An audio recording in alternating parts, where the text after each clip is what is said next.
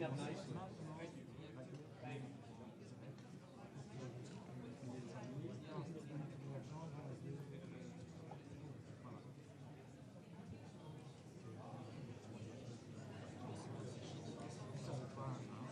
C'est marqué sur votre pour les gens comme ça, qui est mine comme ça, maintenant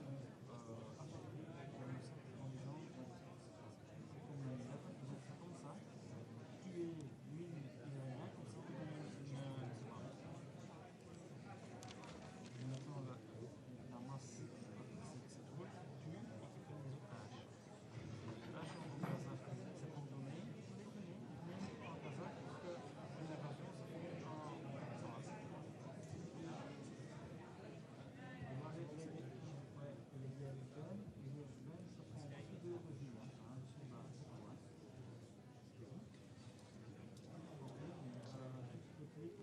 Comme ça, il doit avoir des maisons, en dessous il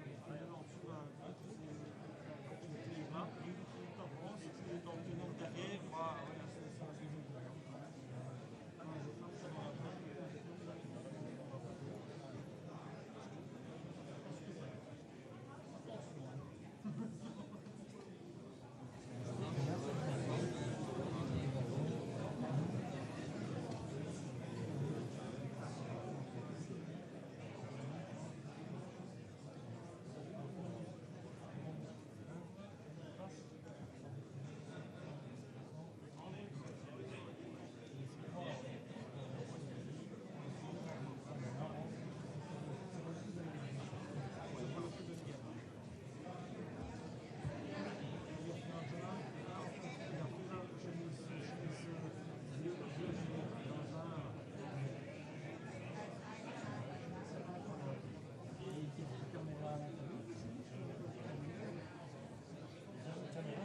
Pendant tout le meeting.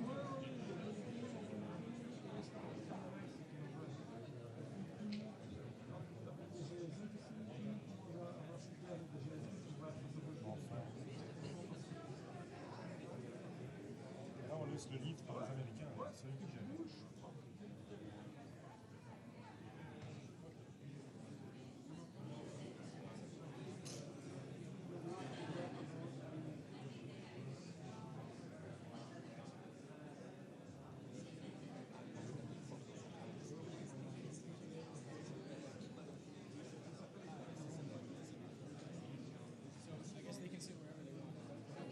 I have a name for the minister if he's going to sit.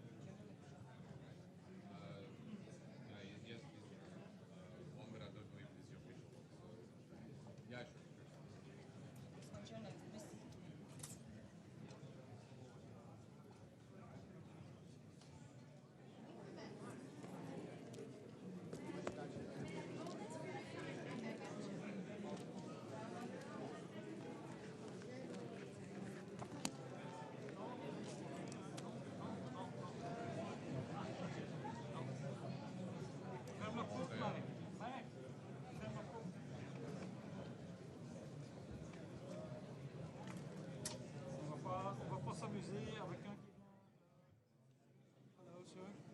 Oui.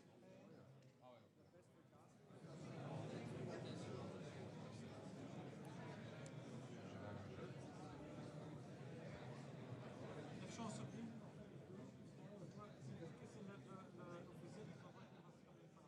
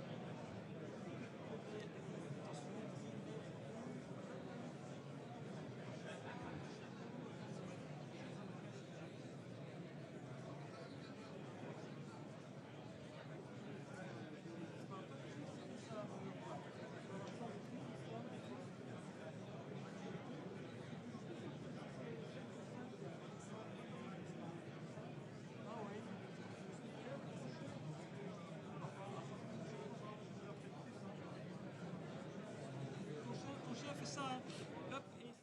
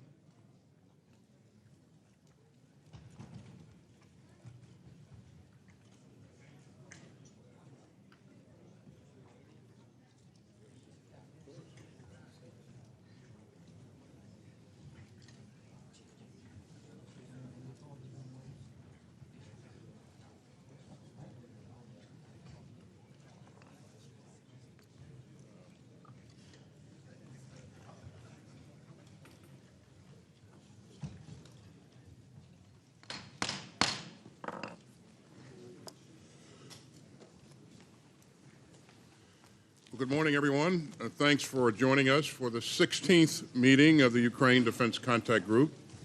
It's great to see everyone this morning. Let me say just a few words first about the terrible tragedy that Israel is now enduring. The full horror of the attacks by Hamas continues to become more clear and more appalling. The United States stands firmly with Israel as it defends itself and its citizens from this vile Hamas terrorist assault. And we will stay in close contact with our Israeli partners and ensure that they have what they need to protect their country. As President Biden has made clear, no other party hostile to Israel should try to exploit these despicable attacks. Like any other country, Israel has a bedrock right to defend itself from terrorism and aggression. And our support for Israel's security will remain ironclad, especially in this hour of atrocity and challenge. Now, let me turn to today's agenda. By gathering this contact group again, we remind the world of our shared commitment to support Ukraine today and for the long haul. Let me start by thanking President Zelenski for joining us today. Mr. President, it's an honor to have you here. And you can see firsthand the scope and the determination of the coalition that has done so much to help Ukraine's fight for freedom. Let me also thank Minister Umerov and the rest of the Ukrainian delegation for joining us today. I'm delighted to be here with our new chairman of the Joint Chiefs of Staff, General C.Q. Brown. Welcome to your first Ukraine Defense Contact Group, General. It's great to have you here with us.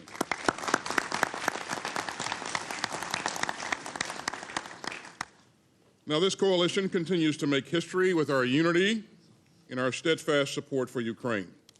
So make no mistake, the United States will stand with Ukraine for as long as it takes. And today I look forward to working together to do even more to get Ukraine's brave defenders what they need at this crucial moment. We're here to deliver what it takes for as long as it takes so that Ukraine can live in freedom. So today we'll discuss Ukraine's immediate requirements as it fights back against Russia's flagrant aggression. And we'll hear from Minister Umerov and his team, who will update us on Ukraine's current counteroffensive. Ukraine is making steady progress forward, and it continues to liberate key terrain from the dug-in Russian invaders. This is a hard and dangerous fight, and we salute the incredibly brave Ukrainians risking their lives to drive back Putin's army of aggression. And the current battle only underscores the importance of the life-saving security assistance from everyone here that has kept Ukraine in the fight. So as winter approaches, our task in this contact group is twofold.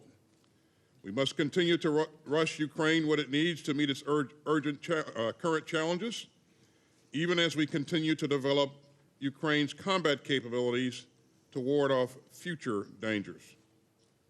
So we're here to dig deep to meet Ukraine's most urgent needs, especially for air defense and ammunition. I look forward to hearing about the new support packages that many countries here are preparing. And I'm proud that the United States will announce its latest security assistance package for Ukraine, valued at $200 million. It includes AIM-9 munitions for a new air defense system that we will soon deliver to Ukraine, as well as artillery and rocket ammunition, precision aerial munitions, anti-tank weapons, and equipment to counter Russian drones. That puts America's total commitment at some $43.9 billion since the start of Putin's war. And I'm proud that this coalition of some 50 nations of goodwill from around the world has rallied to commit more than $33 billion in security assistance to Ukraine. In fact, more than a dozen of our allies have committed more to Ukraine than the United States as a percentage of their GDP. Now, we're also here to discuss how to balance our immediate support to defend Ukraine with our longer-term assistance. The next step forward in our long-term vision will be working with our fellow contact group members to organize what we're calling capability coalitions. Now, these coalitions will be responsible for coordinating contributions from coalition members for each major capability area. We've already organized highly effective coalitions focused on Leopard tanks and F-16 training, which have marshaled resources from multiple countries. But now we're taking this concept a bit further. We're asking countries to organize coalitions focused on wider capabilities beyond just specific platforms. And just as this contact group surged capabilities to support Ukraine's immediate needs, we will also organize ourselves to coordinate our investments in Ukraine's future force. Now, we all know better than to underestimate the degree of Putin's malice and frustration. And we saw that again last week with the horrifying Russian missile strike in the Kharkiv region that killed dozens of Ukrainian citizens. And we should be ready for the Kremlin to again bombard Ukraine this winter with cruise missiles and drones. And we should expect Putin's forces to cruelly and deliberately put Ukraine's cities, civilians, and critical infrastructure in their gun sights. And by turning civilians into targets, Putin hopes to break the spirit of the Ukrainian people and plunge them into bitter cold and darkness. But he will fail, and we all know it. Putin hoped to demoralize the Ukrainian people. Instead, he demoralized the Russian military. Putin hoped to isolate Ukraine. Instead, he isolated Russia. And Putin hoped to fool the whole world. Instead, he couldn't even fool his own mercenaries. So in this war of aggression, nobody should assume that time is on the Kremlin side. We stand together today determined to ensure that Ukraine has the support that it needs for another winter of war.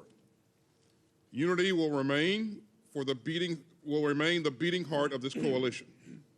The Kremlin never predicted our strength and our unity of purpose. And the Kremlin certainly did not bargain on our continued resolve nearly 20 months into Russia's needless and reckless war of choice. So I'm inspired again looking at all the countries around this table, even while Putin is left pleading for support from Iran and North Korea. We stand together, Putin stands alone. And everyone here understands the stakes and why Ukraine's fight to defend itself matters. Ukraine matters because Putin's war of choice is a vast and urgent threat to security in Europe. Ukraine matters because Russian aggression clearly challenges our NATO allies. Ukraine matters because Russian atrocities against civilians offend our shared values and threaten the rule of law. Ukraine matters because Russian attacks on Ukrainian grain are deliberately inflicting hunger and suffering on innocent people around the world. And Ukraine matters because if great powers can invade their peaceful and democratic neighbors with impunity, it will claw away the rules-based order that has made the world so much safer since the end of World War II.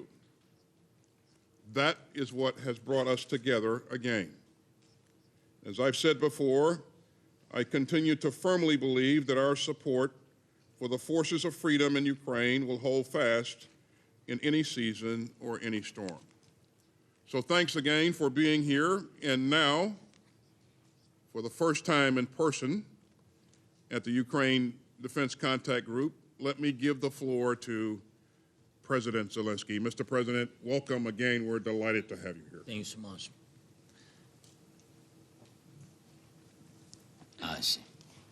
Thank you so much, Mr. Minister Austin. Thank you for your support and leadership. It indeed feels like a true warrior is leading the Rammstein team. Thank you so much. Dear ministers, dear generals, I'm grateful to each of you for your tireless work and for the strong joint decisions you have made for us, for all our people. Thank you so much.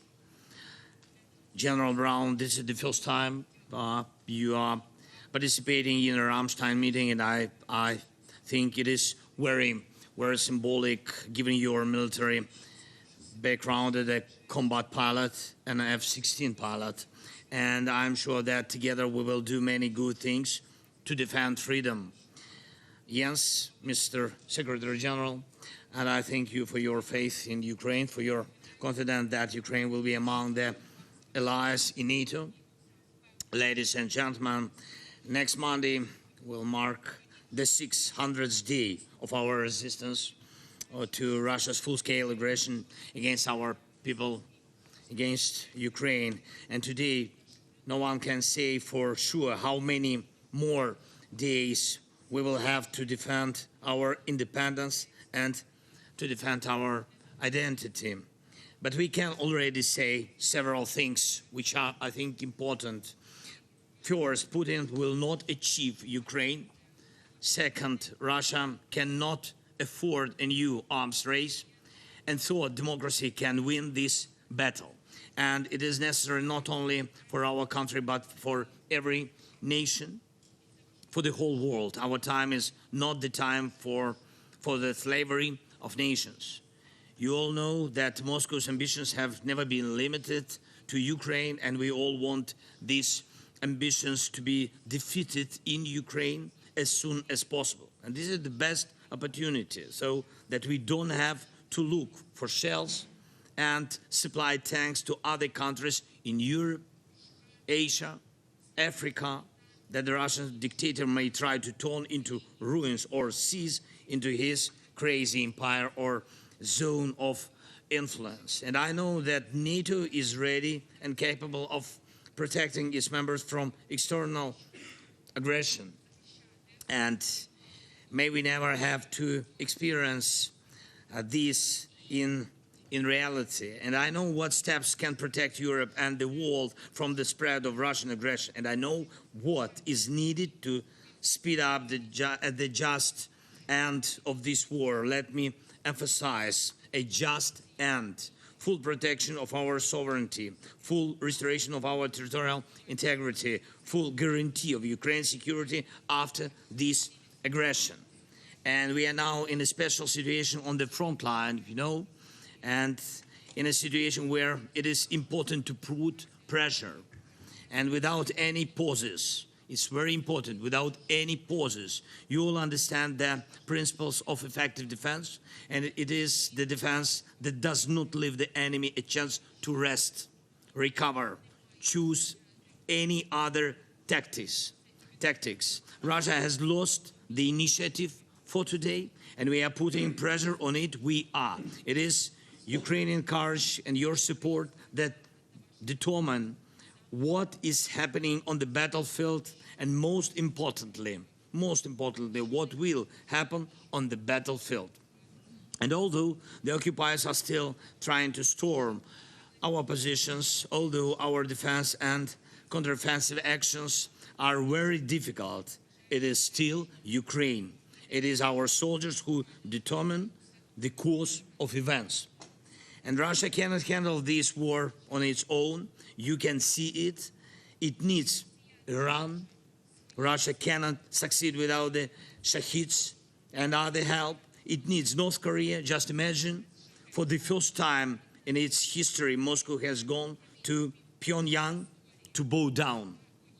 And the Russian Black Sea Fleet is escaping our naval drones and missiles. Traditional buyers of Russian weapons see how superior the weapons made by the free world and used by Ukrainians are.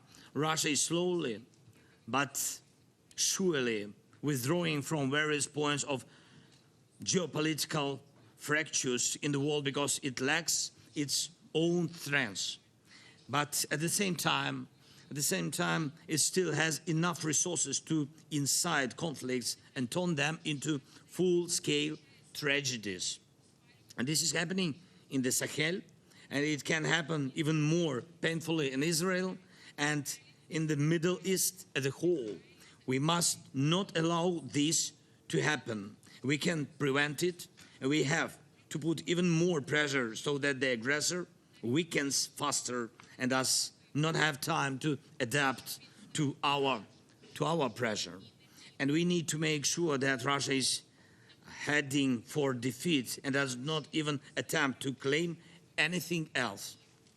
One of the most vital battles here is the one against the Kremlin's key tool, its greatest perverted pride, the pride of the terrorist.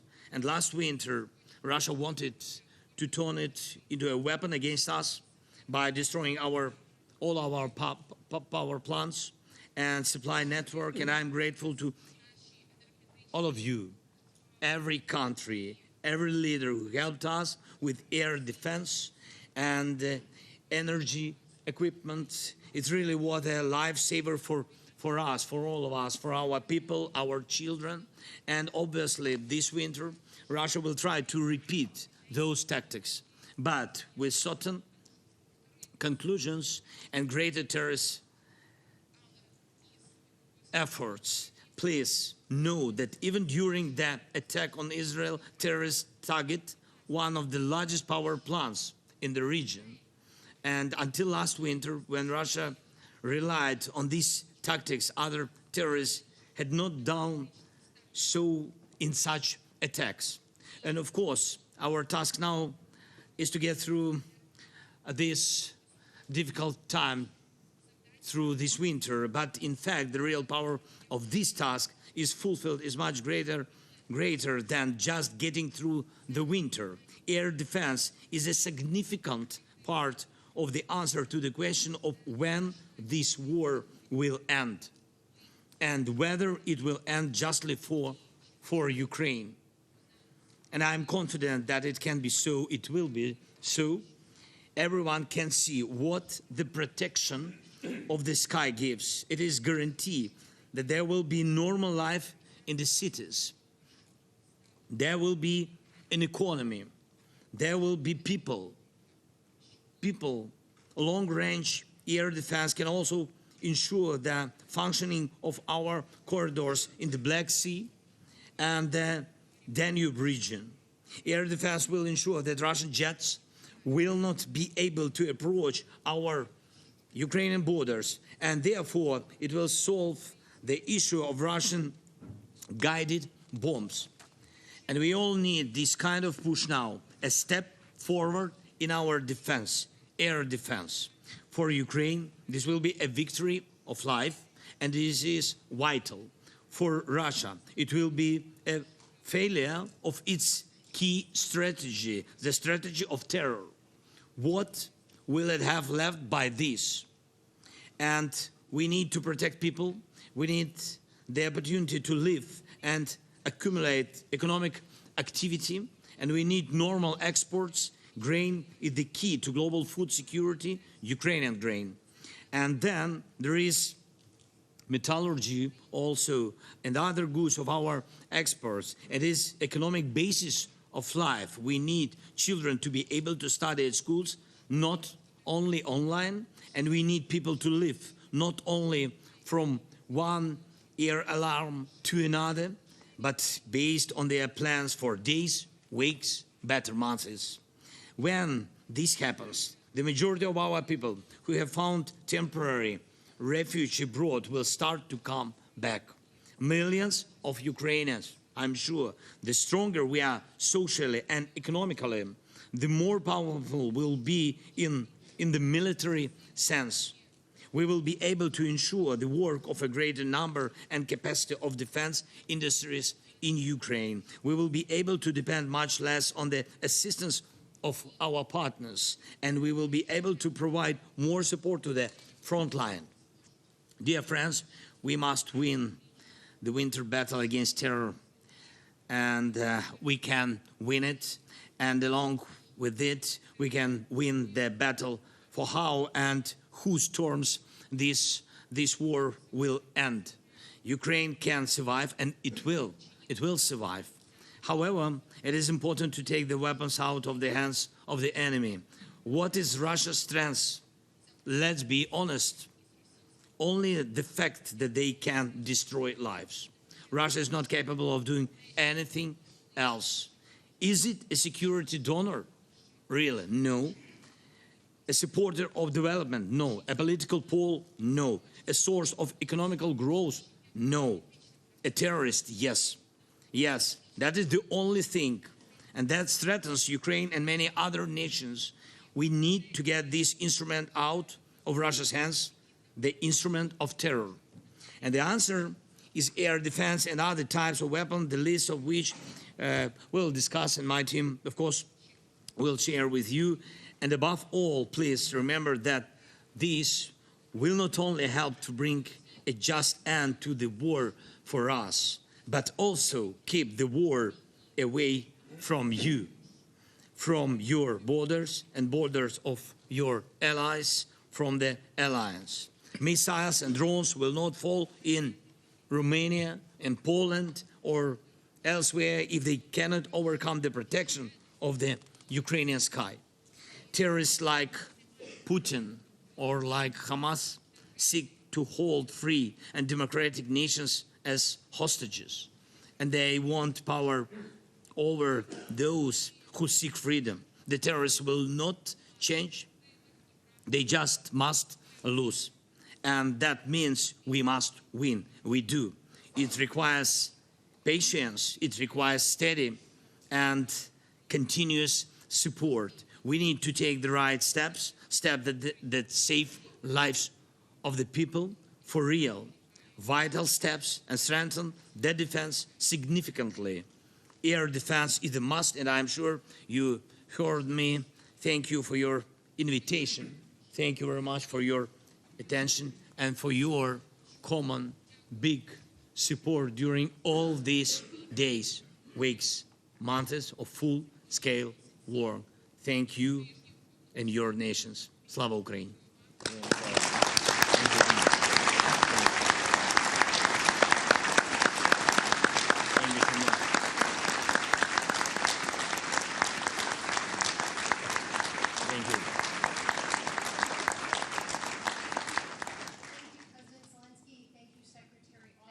My name is Mara Carlin. I'm the Acting Deputy Undersecretary of Defense for Policy, and I will be the facilitator for today's Ukraine Defense Contact Group. I would like to now turn to NATO's Secretary General Stoltenberg. Thank you. Thanks so much, President Zelensky, Secretary Austin, Minister Umarov, and General Brown.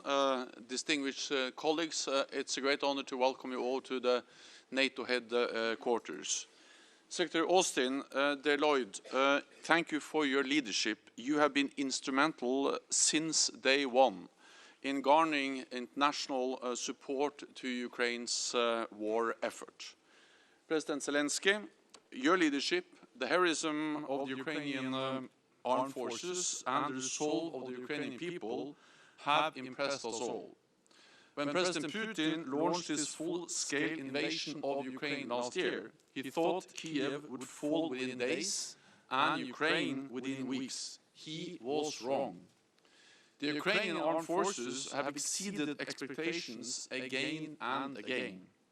You have taken back 50% of the territory seized by Russia since February last year. You have inflicted a high cost on the Russian forces. Russia is degraded militarily, weaker economically, and more isolated politically. But there is no sign that Putin has given up on his ambitions. On the contrary, Russia has increased attack on critical infrastructure and is preparing again to use winter as a weapon of war. So we must continue to step up and sustain the steady flow of weapons and ammunition to Ukraine. The stronger Ukraine is on the battlefield, the stronger they will be at the negotiating table, and the sooner this war will end. And we need to put in place a long-term framework that will ensure history does not repeat itself. Therefore, all allies agree that Ukraine will become a member of NATO. At our Vilnius summit in July, allies removed the requirement for a membership action plan. We introduced a program to make Ukraine's armed forces fully interoperable with your future allies. And we established the NATO-Ukraine Council where allies and Ukraine sit as equals. So there, Volodymyr, again, it is a pleasure to welcome you to NATO. Your fight is our fight, your security is our security, your values are our values. We will stand with Ukraine for as long as it takes. Thank you.